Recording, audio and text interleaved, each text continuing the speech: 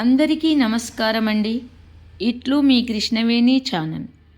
ఈ వీడియోలో శ్రావణ మాసం గురించి, శుక్రవారం పూజ ఎలా చేస్తారు, శుక్రవారం రోజున ఏ వస్తువులు తెచ్చుకుంటే ఆర్థిక ఇబ్బందులు తొలగి అష్టైశ్వర్యాలు సౌభాగ్యం కలుగుతుంది, మరియు వరలక్ష్మి వ్రతకథ చాలా విషయాలు తెలుసుకుందామండి.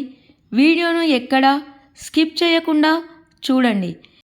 వీలు లేక ఏమీ చేయని వారు కూడా ఈ వరలక్ష్మి కథను వినడం వల్ల సౌభాగ్యమును, సంపదను పొందవచ్చును. శ్రావణ మాసము మొదలయ్యింది. మొదటి శుక్రవారము ఆగస్టు 9న. కుదరని వారు శ్రావణ మాసం వరలక్ష్మి వ్రతము చేసుకోవడం ఎంతో విశిష్టత కలిగి ఉంటుంది. ప్రతి శ్రావణ శుక్రవారం కూడా అంతే ప్రాధాన్యత కలిగి ఉంటుంది. శ్రావణ మాసము మొదటి శుక్రవారం పూజ ఎలా చేయాలి, ఏ నైవేద్యం పెట్టాలి, అమ్మవారిని ఎలా అలంకరించుకోవాలో తెలుసుకుందాం. శ్రావణ శుక్రవారం నాడు మహాలక్ష్మిని పూజించడం ద్వారా దీర్ఘసుమంగళి ప్రాప్తము చేకూరుతుంది. శ్రావణ మాసం ప్రతి శుక్రవారం నాడు మహిళలు నిష్ఠతో మహాలక్ష్మిని పూజిస్తే సిరి సంపదలు వెళ్ళి విరుస్తాయని విశ్వాసం. మనకు ఉన్న ఆర్థిక సమస్యలు తొలగిపోవాలంటే శ్రీ మహాలక్ష్మిని పూజించాలని పండితులు చెబుతున్నారు. అందుకే శ్రావణ మాసంలో ఎన్ని శుక్రవారాలు వస్తున్నాయో అన్ని శుక్రవారాలు అమ్మవార్లను పూజించండి. మొదటి శ్రావణ శుక్రవారము ఆగస్టు 9వ తేదీన వస్తుంది. ఈ రోజున ఉదయాన్నే లేచి తలస్నానం చేసి ముగ్గులు వేసి అలంకరించుకోవాలి. లక్ష్మి అనగానే ప్రతి ఒక్కరూ కేవలం ధనం మాత్రమే అనుకుంటారు.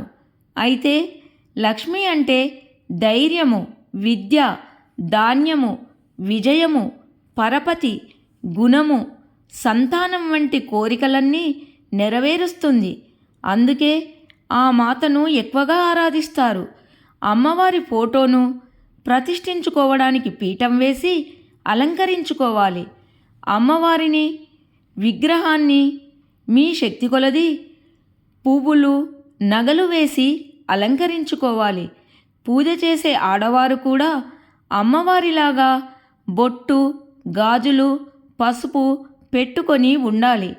ఎప్పుడు వేసుకునే బట్టలు కాకుండా కాస్త ప్రత్యేకంగా అలంకరించుకోండి.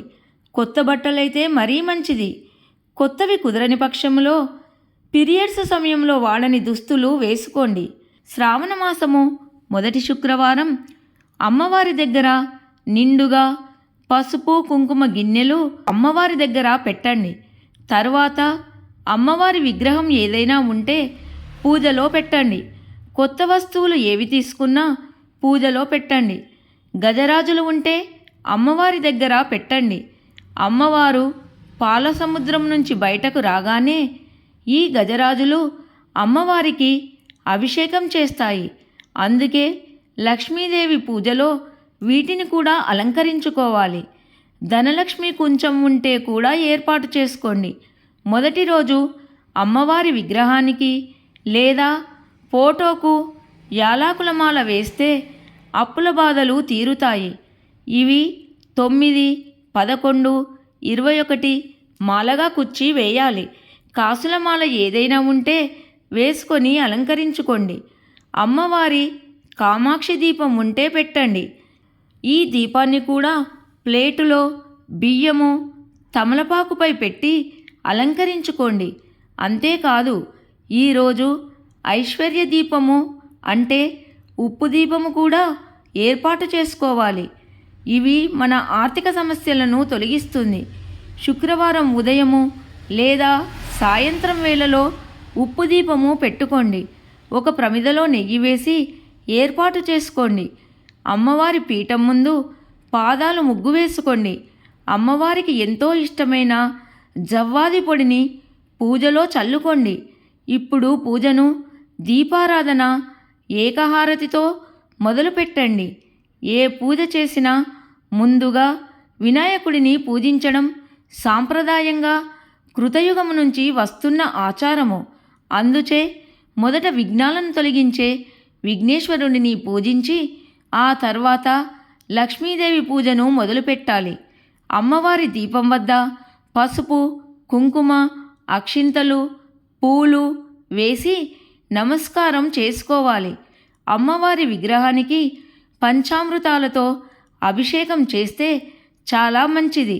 శుద్ధ జలముతో అభిషేకం చేసి ధూపం వేయాలి. ఈ పంచామృతాలు ప్రసాదముగా తీసుకోవచ్చు. ఆ తర్వాత అమ్మవారిని అందముగా అలంకరించుకోవాలి. విగ్రహం లేనివారు కైన్స్ కూడా పూజ చేయవచ్చు. ఇప్పుడు అమ్మవారి పాదాల వద్ద అక్షింతలు, పూలు, కుంకుమ వేస్తూ సహస్రనామాలు, స్వామివారి నామాలను జపించుకోవాలి. ఈ పూజను ఉదయము లేదా సాయంత్రం సమయంలో చేయాలి. మీరు ఈ పూజను ఉపవాసం ఉండి కూడా చేసుకోవచ్చు. ఆ రోజు మాత్రము ఎట్టి పరిస్థితుల్లోనూ నాన్ వెజ్ తినకుండా బ్రహ్మచార్యము పాటించండి. శ్రావణ మాసం 2వ శుక్రవారము వరలక్ష్మి వ్రతము చేసుకుంటాము. ప్రతి వారం కలశం పెట్టుకుంటే మరుసటి రోజు కదిలించండి. అమ్మవారి వద్ద మీరు సంపాదించిన డబ్బులు మీ శక్తి కొలది పెట్టండి. ఆ తర్వాత 9 యాలాకులు కూడా అందులో వేయండి. కొద్దిగా పచ్చకర్పూరం కూడా ఆ డబ్బులలో వేయండి. అధిక ఖర్చులు తగ్గుతాయి. అమ్మవారికి జాకెట్ ముక్కతో సహా తాంబూలము ఇవ్వండి. ప్రతి వారము శనగలు పెట్టాలి. దీనితో పాటు పాలు వీటితో చేసిన నైవేద్యంగా పెట్టాలి. అమ్మవారికి కొబ్బరికాయను నివేదన చేయాలి. అమ్మవారికి మీ కష్టాలను చెప్పి ప్రదక్షిణాలు చేయాలి. అక్షింతలు, పూలు చల్లండి. ఇక పూజలో పెట్టిన డబ్బులు, యాలాకులు మరుసటి రోజు బీరువాలో దాచుకోండి. యాలాకులను పర్సు హ్యాండ్ బ్యాగులో కూడా పెట్టుకోవచ్చు. అమ్మవారి పీఠాన్ని పెట్టుకుంటే శనివారం రోజు కదిలించండి. శ్రావణ మాసం వచ్చిందంటే చాలు ఇంటిలో పండుగ వాతావరణం నెలకొంటుంది. పూజలు, వ్రతాలు చేస్తూ ఉంటారు. గుడికి వెళ్తూ ఉంటారు. ముఖ్యంగా లక్ష్మీదేవికి శుక్రవారం అంటే చాలా ఇష్టము. అందువలన శుక్రవారం అమ్మవారిని పూజిస్తే అమ్మవారి యొక్క అనుగ్రహం తప్పకుండా కలుగుతుంది. మరియు విష్ణువు యొక్క జన్మ నక్షత్రం శ్రవణ నక్షత్రం. అమ్మవారిని పూజించడం వలన నవగ్రహాల యొక్క అనుగ్రహం కూడా కలుగుతుంది. ఈ శ్రావణ మాసంలో అమ్మవారిని పూజించిన వారికి దాంపత్యము సుఖముగా ఉంటుంది. ఏ ఇబ్బందులు, చికాకులు లేకుండా సవ్యంగా జరుగుతుంది.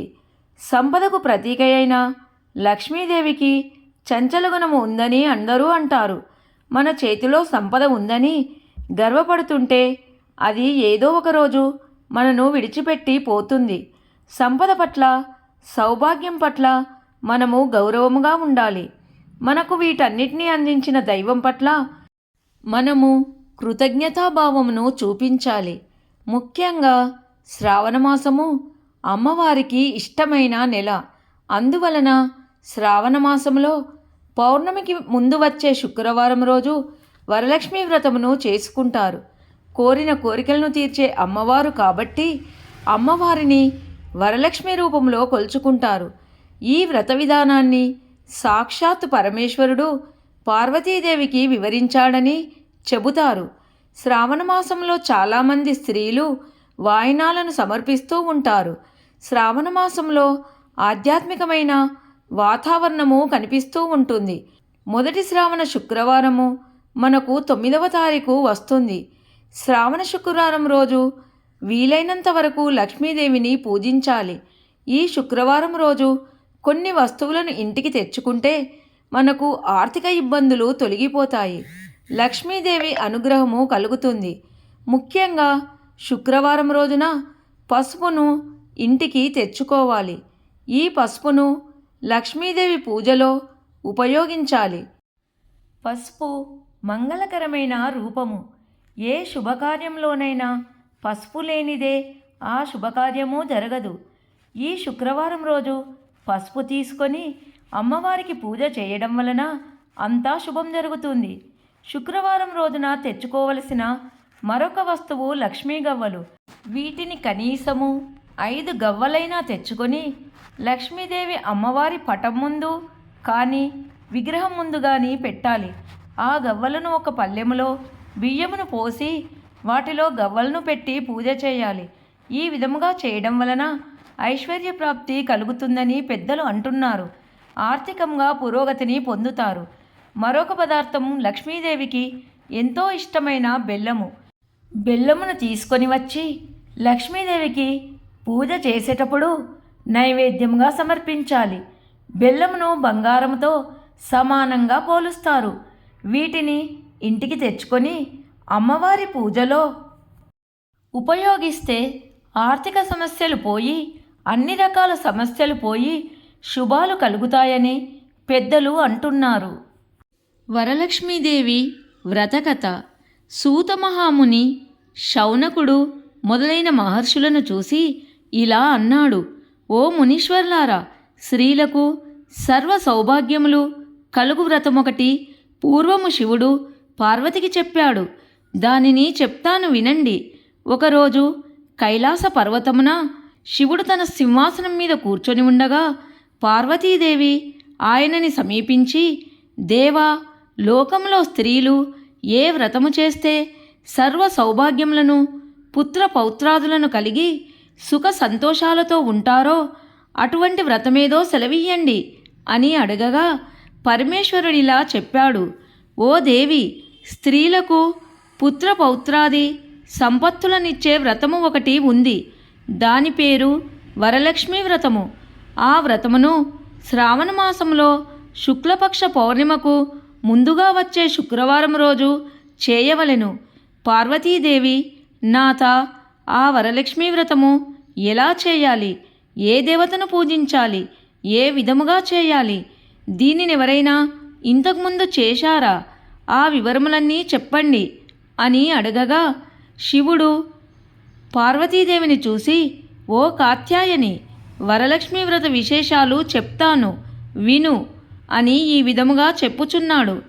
పూర్వము మగధాదేశమున కుండినమనే ఒక పట్టణం ఉంది. ఆ పట్టణము నిండా బంగారు ప్రాకారములు, బంగారు గోడలు గల ఇండ్లు ఉన్నాయి. అందులో చారుమతి అనే ఒక బ్రాహ్మణ స్త్రీ ఉన్నది. ఆమె పతియే ప్రత్యక్ష దైవముగా భావించి తెల్లవారుజాముననే లేచి స్నానము చేసి పతిదేవునిని పువ్వులతో కొలిచి ఆ తర్వాత అత్తమామలకు అవసరమైన అనేక సేవలు చేసి ఇంటి పనులన్నీ ఓర్పుతో నేర్పుతో చేసుకుంటూ ఉండేది.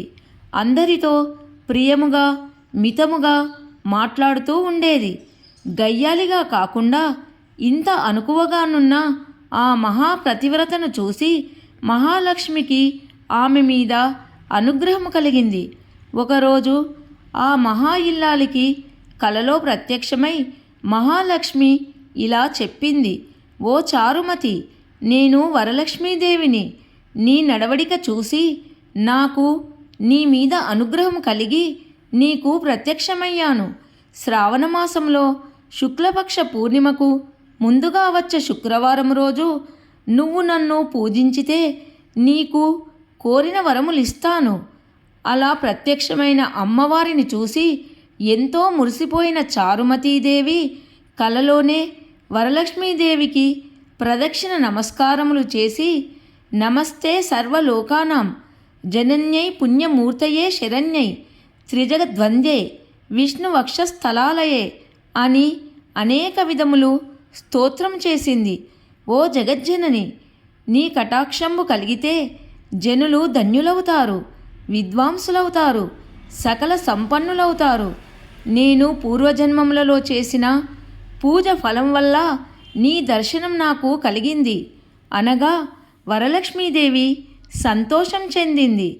ఆ వెంటనే మెలకువ వచ్చి 4 వైపులా చూస్తే చారుమతికి వరలక్ష్మీదేవి కనబడలేదు. అప్పుడు ఆమెకు అర్థమయ్యింది తాను కలగన్నానని. వెంటనే భర్తని అత్తమామలని లేపి చెప్పగానే వాళ్ళు కూడా చాలా సంతోషించారు.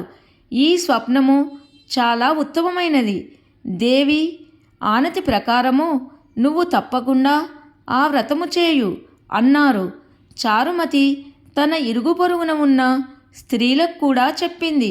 వాళ్ళు చారుమతి ఎంతో ఉత్కంఠతో శ్రావణమాసం ఎప్పుడొస్తుందా అని ఎదురు చూడసాగారు. వారు ఎంతో ఎదురుచూసిన పౌర్ణమి ముందు శుక్రవారము రానే వచ్చింది. ఈరోజే కదా వరలక్ష్మీదేవి చెప్పిన రోజని ఎంతో ఉత్సాహముతో చారుమతి మొదలగు స్త్రీలందరూ పూజకు ఉపక్రమించారు. ప్రాతకాలమే లేచి తలారా స్నానము చేసి పట్టుబట్టలను కట్టుకున్నారు. చారుమతి ఇంట్లో అందరూ చేరారు. అక్కడ ఒక ప్రదేశములో గోమయముతో అలికారు. ఒక మంటపమును ఏర్పరిచారు. దానిమీద ఒక ఆసనం వేశారు. ఆసనం పైన కొత్త బియ్యం పోసి మర్రి చిగుళ్ళు మామిడాకుల అలంకారాలతో కలశము ఏర్పరిచారు. అందులోనికి వరలక్ష్మీదేవిని ఆవాహనం చేశారు. చారుమతి మొదలగు స్త్రీలంతా ఎంతో భక్తి శ్రద్ధలతో పూజ చేశారు. పద్మాసనే పద్మకరే సర్వలోకైక పూజితే నారాయణ ప్రియే దేవి సుప్రీత భవ సర్వదా అను ఈ శ్లోకముతో ధ్యాన వాహనాది షోడశోపచార పూజ చేశారు. 9 సూత్రములు గల తోరాన్ని కుడి చేతికి కట్టుకున్నారు. వరలక్ష్మీదేవికి అనేక రకములైన పిండి వంటలు చేసి నైవేద్యం పెట్టారు. దాని తర్వాత ప్రదక్షిణం చేస్తుండగా ఆ స్త్రీలందరికీ గల్లు గల్లుమని శబ్దం వినపడింది. వెంటనే తమ కాళ్ళను చూసుకుంటే గజ్జెలు మొదలైన ఆభరణములు కనిపించాయి. చారుమతి మొదలైన స్త్రీలంతా వరలక్ష్మీదేవి కృపాకటాక్షములు కలిగాయని ఎంతో మురిసిపోయారు. రెండో ప్రదక్షిణము చేయగానే చేతులకు దగదగలాడే నవరత్నాలతో కూడిన కంకణములు మొదలైన ఆభరణములు కనిపించాయి. ఇంకా వాళ్ళ ఆనందము ప్రత్యేకించి చెప్పేదేముంది. మూడో ప్రదక్షిణం పూర్తి కాగానే ఆ స్త్రీలంతా సర్వభూషణ అలంకృతులయ్యారు. చారుమతి మొదలైన ఆ స్త్రీల ఇండ్లన్నీ స్వర్ణమయాలయ్యాయి. వాళ్ళకి రథ గజ తురగా వాహనాలు ప్రసాదింపబడ్డాయి. చారుమతి ఇంటి నుంచి ఆ స్త్రీలను తీసుకొని పోవడానికి వారి వారి ఇండ్ల నుంచి గుర్రాలు, ఏనుగులు, రథాలు, బండ్లు వచ్చాయి. ఆ స్త్రీలు చారుమతి కలిసి వారి చేత శాస్త్ర ప్రకారం పూజ చేయించిన బ్రాహ్మణోత్తమునికి గంధము, పుష్పము, అక్షింతలతో పూజించి 12 కుడుములు వాయనమిచ్చి దక్షిణ తాంబూలములిచ్చి నమస్కరించారు. బ్రాహ్మణుడు వారిని ఆశీర్వదించారు. వరలక్ష్మీదేవికి నైవేద్యంగా పెట్టిన పిండి వంటలను బంధుమిత్రులతో తిని తమ కోసం వచ్చిన గుర్రాలు, ఏనుగులు మొదలైన వాహనాలలో వారి ఇండ్లకు బయలుదేరారు. వారు త్రోవలో చారుమతి భాగ్యమును తమ భాగ్యమును ముచ్చటించుకుంటూ వెళ్ళారు. లక్ష్మీదేవి తనంతట తానే స్వప్నంలో వచ్చి ప్రత్యక్షమవటం అంటే ఏమిటి మాటలా? చారుమతి ఎంత అదృష్టవంతురాలు అనుకున్నారు. చారుమతికి ప్రత్యక్షమైన విధానము తన మటుకే దాచుకొని తను ఒక్కతే పూజించకుండా తమ అందరికీ చెప్పి తమకి కూడా ఇంతటి సౌభాగ్యం కలగచేసిన చారుమతి ఎంతటి పుణ్యురాలు. అలాంటి ఆమె పరిచయము కలిగి ఉండిన తామెంత భాగ్యవంతులు అని ఎంతో మురిసిపోయారు. అప్పటి నుంచి చారుమతితో సహా వారందరూ క్రమం తప్పకుండా ప్రతి సంవత్సరము ఈ పూజ చేస్తూ పుత్ర పౌత్రాభివృద్ధి కలిగి ధన కనక వస్తు వాహనములు కలిగి సుఖ సంతోషాలతో ఉన్నారు. కావున ఓ పార్వతి, ఈ ఉత్తమమైన వ్రతమును చేస్తే, అలా ఎదుటివారికి చెప్పి చేయిస్తే సర్వ సౌభాగ్యములు కలిగి శుభముగా ఉంటారు. ఈ కథను విన్నవారికి చదివిన వారికి కూడా వరలక్ష్మి ప్రసాదం వలన సకల కార్యములు సిద్ధించును అన్నాడు పరమశివుడు. సూత మహాముని, శౌనకుడు మొదలగు వారితో, మునులారా విన్నారుగా, చారుమతి ఎదుటివారి మంచి కూడా ఎలా కోరిందో, ఎదుటి మనిషికి మంచి కలగాలని కోరుకుంటే అమ్మవారు ఇంకా ప్రసన్నురాలై మీరు కోరకుండానే మీకు మంచి చేస్తుంది అన్నారు. కథ సమాప్తం. నచ్చితే లైక్ చేయండి. అందరికీ ధన్యవాదములు.